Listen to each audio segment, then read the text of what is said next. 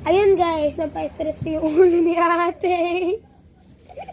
Yung galit na galit. Gustong malakit. Wala pang jowa. Bebe, bebe, bebe, bebe, bebe.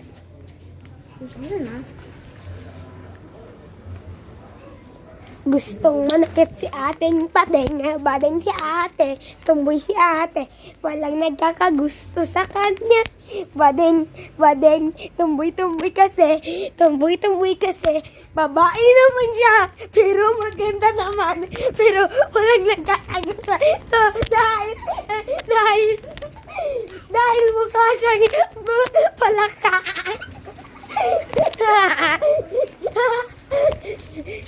Uy, napasok na. Ay, teka ba? Di ba pala?